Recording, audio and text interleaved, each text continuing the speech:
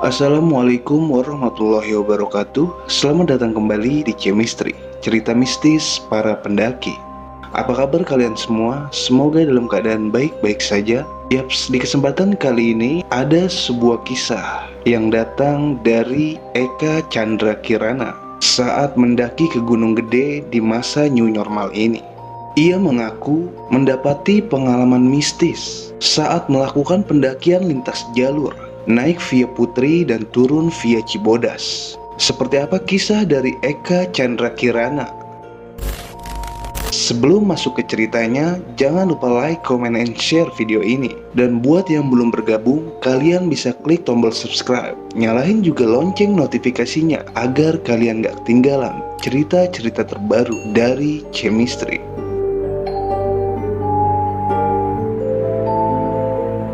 Perkenalkan, nama saya Chandra.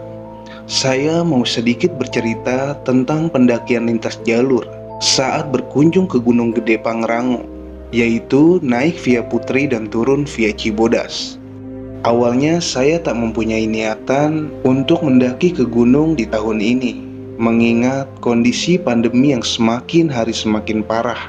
Akan tetapi, ketika seminggu sebelum keberangkatan, saya diajak oleh saudara saya yang dari Tangerang. Sebut saja namanya Candul. Jadi Candul ini adalah saudara saya yang pernah juga menemani waktu pendakian Ciremai setahun yang lalu. Dan berikut percakapan WA dari saya dan Candul. Assalamualaikum A, kita mau naik Gunung Gede nih, ikut ya AA. Wah, kapan tuh Dul? Kan kondisinya lagi pandemi kayak gini. Ya memang sih udah new normal. Emangnya Gunung Gede udah dibuka? Udah aman A. Lagian tadi gue juga udah koordinasi sama pihak basecampnya dan katanya aman kok. Ya udah deh, AA ikut.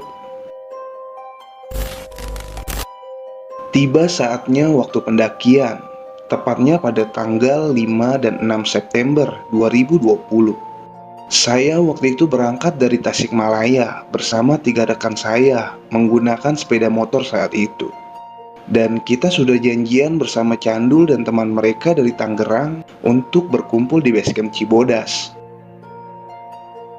Nah, sekitar pukul 1 dini hari, saya tim dari Tasikmalaya tiba. Dan ternyata di sana Candul dan teman-temannya sudah tiba duluan. Nah, setelah itu kita saling berkenalan satu sama lain. Dan ternyata tim dari Tangerang banyak juga, ada sekitar 11 orangan. Dan kalau dijumlah, total kita 15 orang.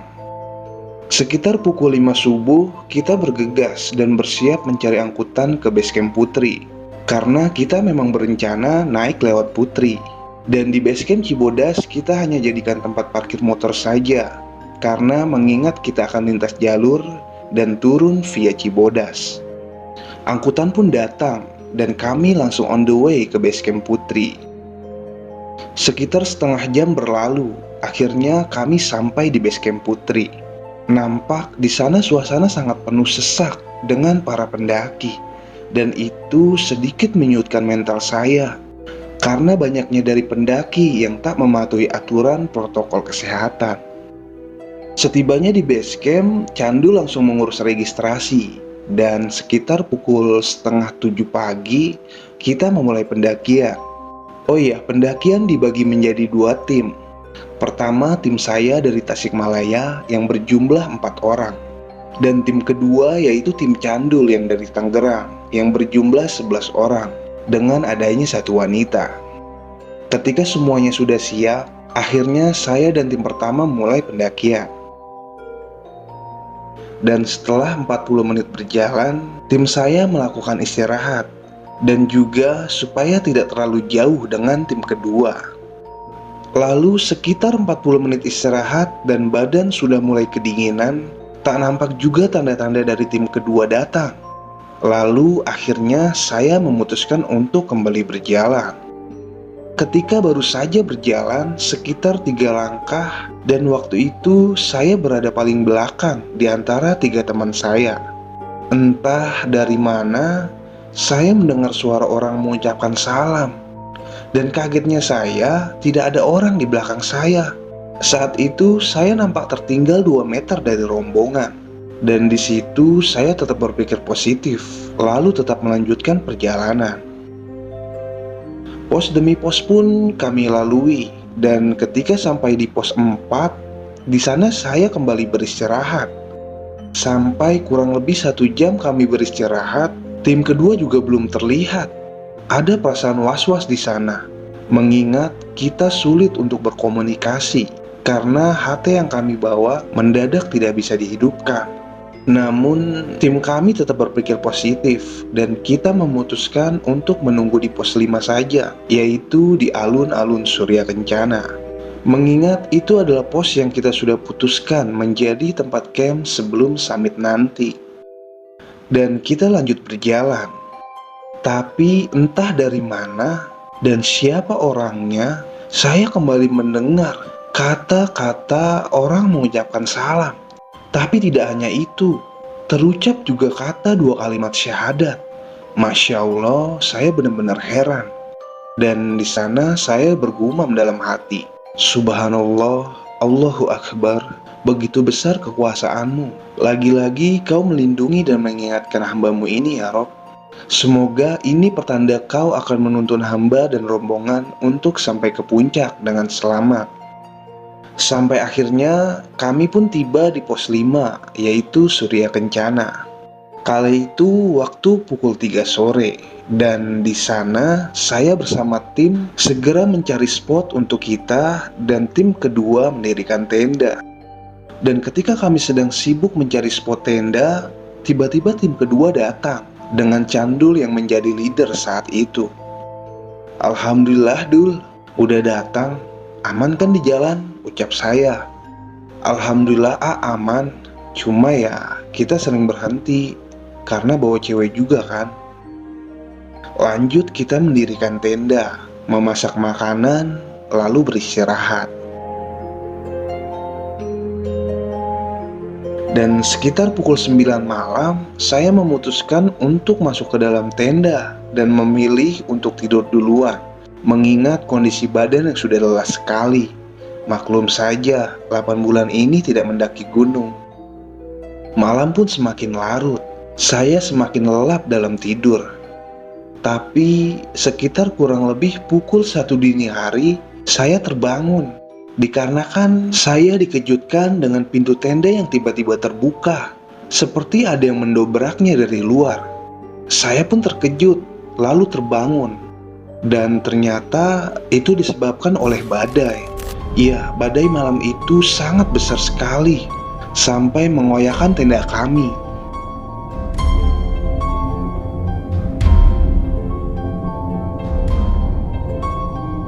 Selang beberapa waktu kemudian, badai pun berlalu. Kami pun kembali tidur. Dan singkatnya, pagi pun tiba. Di sana kami semua hanyut dalam canda tawa di tengah luasnya alun-alun Surya Kencana. Dan ketika jam menunjukkan pukul 11 siang, kami memutuskan untuk packing dan melanjutkan perjalanan ke puncak. Seperti sebelumnya, tim 1 menjadi tim pertama yang berjalan duluan. Dan saat itu, keanehan kembali terjadi. Ketika saya dan tim pertama mulai memasuki area hutan, di saat itu saya kembali mendengar kalimat syahadat. Lalu saya pun kembali membalasnya. Saya pun terus berjalan. Namun 15 menit berjalan, saya memutuskan untuk menjadi leader di tim pertama. Perjalanan saat itu terasa menyenangkan sekali. Kami saling bercanda satu sama lain. Sampai akhirnya saya tidak sadarkan diri meninggalkan rombongan saya. Dan saya baru sadar ketika saya menoleh ke belakang. Chan, berhenti dulu. Ternyata teman-teman saya sedang asik beristirahat. Woi, kenapa nggak pada bilang sih kalau mau istirahat? Ujar saya. Lalu salah satu teman saya pun berkata, ya lu jalannya kayak enak banget sih Chan, kayak nggak ada capeknya. Ya udah lu duluan aja kalau mau duluan. Kita bertiga nunggu tim kedua aja lah, sambil nikmati view di sini. Oh ya udah deh, gue duluan ya. Kenapa saya memutuskan untuk berjalan duluan? Karena mengingat saat itu waktu untuk sampai ke puncak tinggal sekitar 10 menit lagi. Tapi ketika baru beberapa langkah berjalan, saya dikejutkan dengan suara perempuan minta tolong. Lalu ketika saya menengok ke sebelah kiri, ternyata benar ada seorang pendaki perempuan yang sedang memegangi kakinya. Lantas saya pun menghampirinya. "Mbak, kenapa? Teman-temannya mana?" Namun wanita tersebut tidak membalas perkataan saya dan hanya menunduk saja. Tapi saya kembali bertanya, "Mbak, kakinya sakit. Mau saya obatin gak?" Kali ini wanita itu mengangguk sambil memegang kakinya. Kemudian ketika saya berusaha mengobati kakinya, saya sedikit menoleh ke arah wajahnya. Dan begitu terkejutnya, wajah wanita itu sangat pucat sekali. Lantas saya pun bertanya kepadanya, "Mbak, teman-temannya kemana sih? Mbaknya mukanya pucat banget loh. Kalau capek istirahat dulu ya mbak." Dan dia pun berkata, "Saya nggak apa-apa mas. Terima kasih ya sudah bersedia menolong saya." Iya mbak, sama-sama. Ya udah kalau gitu kita bareng aja mbak ke puncaknya." Namun wanita itu hanya menggelengkan kepalanya. Dan itu artinya dia tidak mau. Ya udah deh kalau gitu saya duluan mbak. Assalamualaikum." "Waalaikumsalam," jawabnya. Ketika dua langkah berjalan, lantas saya menolehnya kembali. Dan betapa terkejutnya saya. Wanita tersebut sudah tidak ada. Di situ saya mulai takut, juga bercampur heran. Kemana perginya wanita itu? Tidak mungkin baru beberapa detik sudah tidak ada. Saya pun langsung meninggalkan area itu dan mempercepat langkah agar bisa sampai di puncak Gunung Gede. Dan alhamdulillah, saya pun sampai di puncak Gunung Gede. Terima kasih ya Tuhan, Kau telah mengizinkan hamba untuk sampai di puncak ini. Lalu sekitar 10 menit di puncak, akhirnya teman-teman saya dan tim kedua pun sampai. Lalu kami pun menikmati bersama suasana puncak Gunung Gede. Dan sesudah menikmati keindahan puncak, kami pun memutuskan untuk turun, yaitu via Cibodas. Kali ini, rombongan dari Tangerang yang dipimpin oleh Fahri menjadi leadernya. Namun, baru saja beberapa menit berjalan, kawan Candul yang wanita itu meminta istirahat. Tapi Candul mempersilahkan 6 orang dari Tangerang yang lainnya untuk turun duluan dan menunggu di kandang badak saja. "Ri, lu duluan aja gabung sama tim 1 tuh. Ntar gue sama yang lain nyusul. Tapi jangan lupa lu masak duluan kalau udah sampai di kandang badak, biar pas kita datang tinggal makan." Ya udah gue duluan deh. Urusan makan santai dul." Lalu di sini pun kami menjadi 3 tim. Tim Fahri turun duluan, lalu diikuti dengan tim saya dan tim Candul di belakangnya. Tim Fahri pun berjalan dengan begitu cepat, meninggalkan tim saya juga tim Candul. Sampai kami pun tertinggal lumayan jauh. "Dul, Fahri jalannya cepet banget ya." "Iya ya. Yaudah Aa duluan aja. Candul belakangan aman kok. Aa nggak usah khawatir." Akhirnya saya memutuskan untuk meninggalkan Candul dan keempat temannya. Kami pun melewati jalur tanjakan setan. Dan ketika memasuki tanjakan setan, saat itu saya melihat sosok dengan jelas. Sosok wanita tua berambut panjang dengan memakai tongkat, berjalan persis 5 meter di sebelah kanan saya. Saya benar-benar melihat dengan jelas wanita tua itu. Masya Allah, apalagi ini? Lindungi hambamu ini ya Rob, saya berujar dalam hati. Dan entah dari mana, saya juga mendengar bisikan yang sangat jelas di telinga. Bisikannya seperti, "Sudah, jalan saja. Gak usah dipikirin. Ini memang tempatnya dia. Perbanyak sholawat saja." Masya Allah, saat itu saya langsung benar-benar melantunkan sholawat di dalam hati. Sampai akhirnya saya dan tim pun berhasil melewati jalur tanjakan setan itu. Dan singkatnya tiba di pos kandang badak. Dan di sana nampak si Fahri dan rombongan sedang memasak. Lantas saya dan teman-teman saya pun segera membantunya. Waktu pun terus berlalu. Tim Candul pun belum juga tiba. Sampai sekitar pukul 4:30 sore, Candul dan keempat temannya pun tiba. Namun, di sini saya melihat ada yang aneh kepada salah satu teman Candul. Ya, sebut saja namanya Akbar. Saat itu, dia mukanya terlihat pucat sekali dan badannya mengeluarkan asap. Tapi yang saya lihatnya, mungkin itu karena kondisi di sekitar sangat dingin dan tubuh dia yang sangat berkeringat. Lalu ketika saya memperhatikannya, dia berkata kepada yang lainnya bahwa di tanjakan setan tadi, dia mendengar suara orang memanggil-manggil namanya, bahkan sampai berulang-ulang kali, sambil meminta tolong. Namun, belum saja dia selesai bercerita, teman yang lainnya sudah memutus pembicaraannya. Pikir saya, jangan-jangan yang panggil Akbar itu adalah nenek tua tadi. Ah, sudahlah, saya tidak mau memusingkannya. Lanjut ke cerita, saat itu saya pergi ke toilet yang ada di pos itu untuk sekedar mencuci muka. Dan betapa terkejutnya ketika masuk ke toilet dan saya menoleh ke samping kaca. Saat itu saya dikejutkan dengan penampakan kepala tanpa badan. Wajahnya sangat hancur sekali, juga berlumuran darah dan bermata satu. Saya sontak terkejut dan segera keluar dari tempat itu dengan tergesa-gesa. Dan ketika saya keluar dengan kondisi yang sangat panik, saat itu ada seorang bapak-bapak penjaga warung yang melihat saya. Lantas bapak itu memanggil saya dan berkata, "Kamu melihat yang aneh ya?" "Iya pak, kepala manusia tanpa badan." Ya sudah, kamu minum air ini. Soalnya pas bapak lihat tadi, sebelum kamu masuk toilet, kamu juga sudah diikuti dengan sosok nenek tua. Astagfirullah, gimana tuh pak? Saya takut pak. Gak apa-apa, tenang aja. Kamu ada yang melindungi kok. Yang penting ingat saja terus sama Allah Subhanahu wa Ta'ala. Dan ingat, kamu harus tetap bertasbih ya. Iya insya Allah pak. Terima kasih ya pak. Kemudian saya lanjut pergi menghampiri yang lain dan segera melakukan packing. Mengingat saat itu jam sudah menunjukkan pukul 6:30 malam. Setelah semuanya beres, sekitar pukul 7 malam, kami pun bersiap turun. Dan saat itu kami turun bersama, tim menjadi satu.